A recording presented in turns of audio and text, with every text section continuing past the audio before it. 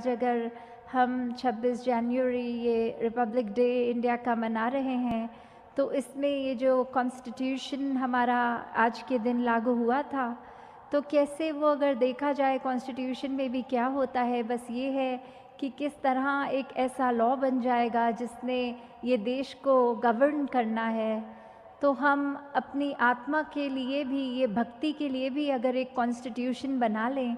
कि कैसे भक्ति में हमने ऐसे ऐसे क्या चीज़ें करनी है जो सही मार्ग पे हमें रखेंगी, कैसे हमें एक चालाकी को नहीं करके प्रभु रिझाना, बल्कि हमें अपने भोलेपन से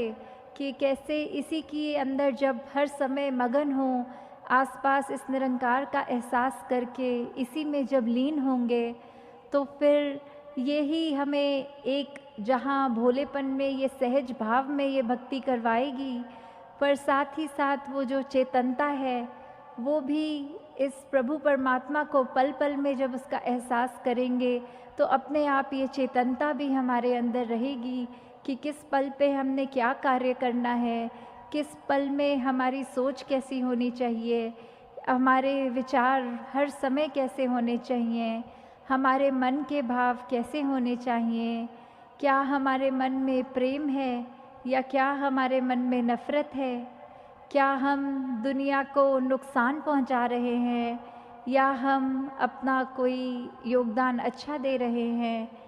और कैसे ये सेवा सिमरन सत्संग ही है जो हर समय हमको जीवन में कोई भी कार्य कर रहे हों फिर भी इस निरंकार, इस एक रस रहने वाली ये जो शक्ति है उसके साथ जोड़कर रखता है। कैसे फिर संतों की भी बात याद करें तो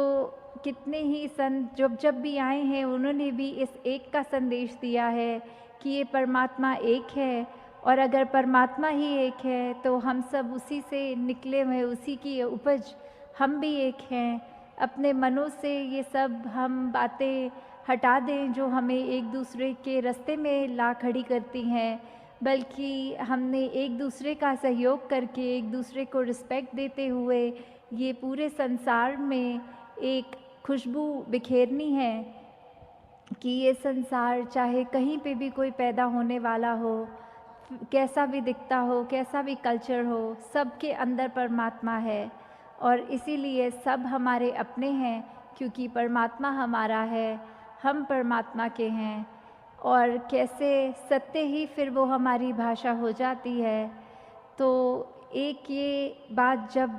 आ जाती है जीवन में, तो फिर ये सारा भक्ति का भी जो मार्ग है, ये चाहे सुनने में तो बहुत मुश्किल लगता है कि कैसे हम विनम्र रहें, कैसे हम अपना सब कुछ समर्पण कर दें, दास भावना लाएं, कि कैसे हम ये मान लें कि हमसे ज़्यादा श्रेष्ठ कोई दूसरा नहीं है, क्योंकि मन में लगता है हम ही सबसे अच्छे हैं। तो कैसे ये ऐसी कठिनाइयों की बात है, कठिनाई की, फिर भी अगर हम इसको कह रहे हैं कि वो पॉसिबल है एक हम्बल लाइफस्टाइल को अपनाना, तो कैसे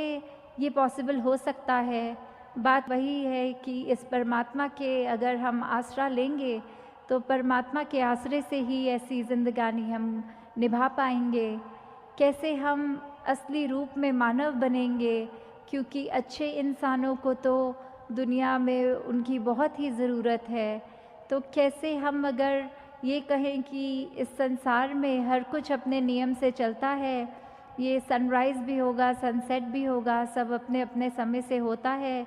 कोई पशु पक्षी को भी देखें, उनको जो एक अपना कार्य करना है वो वैसे ही करते हैं, उनको किसी को बताना नहीं पड़ता कि अभी शिकार करना है, अभी पेड़ के ऊपर घोंसला बनाना है, पर ये खुद ही अपना कार्य कर लेते हैं। तो फिर क्यों इंसान को ही ये कहा जाता है कि अपना कार्य ठीक से करो, इंसान हो तो ये मनुष्य वाले मानवीय गुण अपने जीवन में लाओ। कैसे अपने दिल को विशाल बनाओ कि किसी का कुछ कहा हमें वो सताए ना, हम किसी के लिए जीवन में कष्ट ना ज़बरदस्ती उनको दें। कैसे हमने अपने हर सांस में फिर ये जो ब्रह्म ज्ञान द्वारा जो फिर जीवन के अंदर आनंद की अवस्था आएगी, कैसे इस आनंद की अवस्था में ही फिर हमें हर समय विचरण रहना है और वो कोई मुश्किल टास्क की तरह नहीं होगा।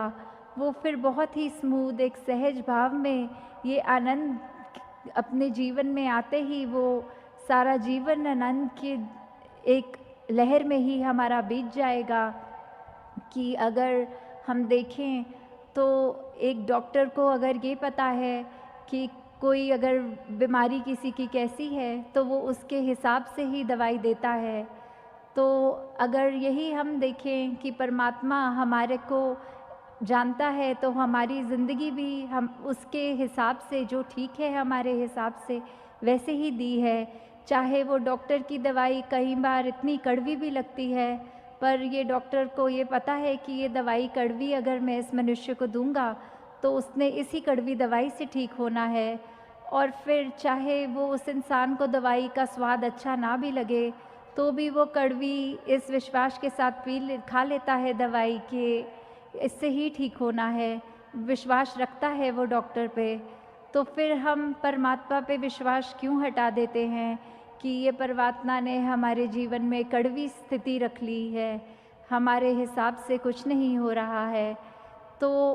परमात्मा ने जहाँ हमारे लिए अगर जीवन में हमारी ज़रूरतें परमात्मा से ज़्यादा किसी को नहीं पता, ये निरंकार ही जानता है कि हमारी चाहे हसरतें कितनी भी होंगी पर ज़रूरत जितनी है उतना ही हमें इस ज़िंदगी में देगा, ताकि वो हमारे लिए ही सुधार होता रहे, हमारे लिए वो सुखदाई बन के वो वस्तु रहे। तो अभी एक कहानी भी आ रही है दिमाग में कि कैसे वो एक स्वभाव के बारे में है, एक कैसे ज़िंदगी जीने के सलीके पे है। तो ऐसे ही एक घटना थी जो आपने ये कहानी भी शायद सुनी होगी कि कैसे एक उनका शिष्य था जो क्रोध हमेशा करता रहता था। तो वो जब उनसे पूछता है कि गुरुजी कैसे आप अपने जीवन में किसी भी स्थिति में एक मुस्कुराहट से ही एक सहज भाव में भी उसको जी जाते हो, तो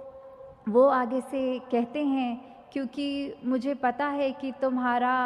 एक भविष्य क्या है। तो ये बात जब भी वो सुनता है तो वो बहुत ही क्यूरियस हो जाता है कि कैसे अगर मेरा जीवन में आगे क्या होना है मुझे पता लग जाए। तो उस पे वो कहते हैं कि 1 हफ्ते का ही और एक ज़िंदगी बाकी है, उसके बाद ये जीवन काल की यात्रा समाप्त हो जानी है तुम्हारी। तो उसको जब वह व्यक्ति सुन लेता है तो अब बाकी का अपना हफ्ता एक जो उसको लगता है और मेरा रह गया है, वो सारी अपने अंदर से ये अच्छे गुण ही अपने अंदर डालने की कोशिश करता है। अपनी कोई भी बुरी आदत जो होती है उसको बाहर निकालने की कोशिश करता है। अपना व्यवहार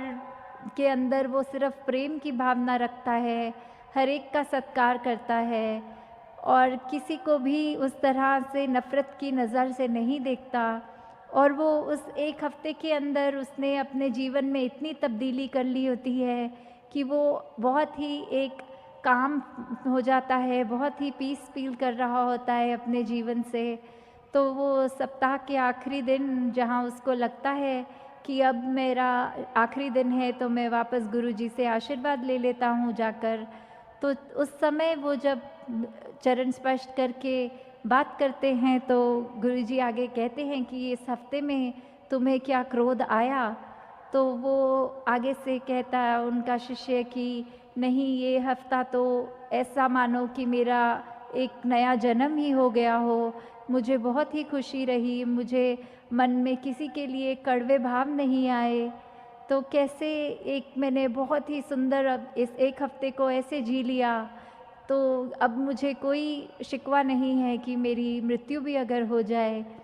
तो आगे से गुरुजी यही कहते हैं कि बस यही बात तुमने पूछी थी मुझसे कि मैं हर समय किसी स्थिति में भी एक बहुत ही मुस्कुराहट से हर घटना को अपने साथ होने वाली को कैसे सहज भाव में ले लेता हूँ।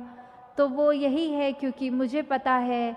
मेरा जीवन किसी भी समय ख़त्म हो सकता है। तो इस जीवन के अंदर अब मैंने करना क्या है, मैंने अपने मन को किस तरह बांधना है, काबू कैसे करना है इस मन को, क्या मुझे इस मन से एक सदुपयोग वाली बात है कि कैसे भावनाओं को मन में आने देना है। तो मैंने सिर्फ ये पॉजिटिविटी ही मन में रखनी है। फिर चाहे कोई मुझे स्थिति कैसी भी इस परमात्मा ने दी हो, तो मेरे चेहरे से इसलिए ये हंसी, मुझे मुस्कुराहट जाती नहीं है, क्योंकि ये आनंद की अवस्था मेरे जीवन में आ गई है। तो दातार सभी पे कृपा करे कि ये ब्रह्म ज्ञान का सहारा लेते हुए जिक्र हो रहा है, तो ये आधारित सिर्फ ये अगर मेन बात पकड़ें तो ये ब्रह्म ज्ञान ही है। और अगर यही हमारा एक इतना कीमती, जो सबसे कीमती चीज़ है हमारे पास, उसको हम अपने जीवन में जहाँ जहाँ पल पल इस्तेमाल कर सकें, अपने व्यवहार में, अपनी बातों में, तो फिर निश्चित ही हमारा भी जीवन तो सफल है ही। और हम और भी कितनी जो ऐसे व्यक्ति हमारे संपर्क में आएंगे, उनके लिए भी उनके जीवन में कुछ आराम दे पाएंगे, उनका भी मुख उजला हो जाएगा। तो दातार सभी के ऊपर कृपा करे, ऐसी क्षमता सभी में बख्शे कि जितनी भी रूहें ऐसी हर एक को मिले, जिस आत्मा का भी अभी तक परमात्मा से मिलन ना हो, वो हमारे द्वारा हमारे जीवन से ही एक ऐसा इन्फ्लुएंस ग्रहण कर लें कि जो इनके जीवन में है हमें भी अपने जीवन में चाहिए। तो फिर उनका भी एक ये पार उतारा हो, और हमें भी पल पल ये ब्रह्म ज्ञान जब तक याद है तब तक ही हम सही मायने में ये जीवन को जी रहे हैं। और सिर्फ वो बात नहीं कि जीवन को काट रहे हैं, नहीं, एक मनुष्य के तन में आके वो सब मानवीय गुण अपने अंदर रख के वो जीवन को जिया जा रहा है। तो दातार हर एक पे कृपा करे कि बखूबी हर कोई अपना ये जीवन जिए, हर पल में एक अच्छी महक अपने जीवन से ग्रहण करते जाएं। ये फूल ही चुनें, कांटों पे ध्यान ना दें। फूलों के साथ तो कांटे आएंगे,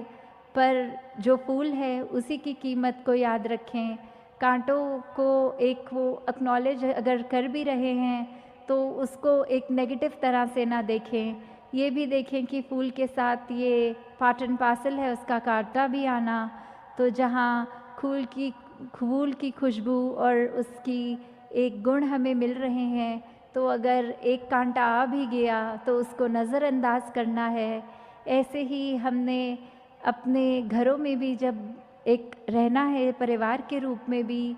तो भी अगर कोई परिवार से ही ऐसी कोई अनबन हो जाती है, कोई चाहे अपने सोसाइटी में या कहीं पे भी किसी से बात करें, तो उस व्यक्ति का भी वो हम भाव समझें कि ये बहुत ही अच्छा इंसान है, पर आज अगर गलती से उसने कोई चोट पहुंचाने वाली बात कर भी दी, तो इसके बाकी गुण हम ना भूलें, इससे और कुछ भी सीखा जा सकता है। तो ये कार्य सुधार का हमने अपने ऊपर ही करना है, दूसरों को एक वो ताना मारने वाली बात नहीं करनी कि तुम भी अपने जीवन को इस कदर सुधारो। तो दातार सभी पे कृपा करे कि वो दातार सभी के जहाँ कार्य भी पूरे करे, वहाँ तन मन धन सभी सुख सबको मिलें। साथ संगत जी, धन निरंकार जी।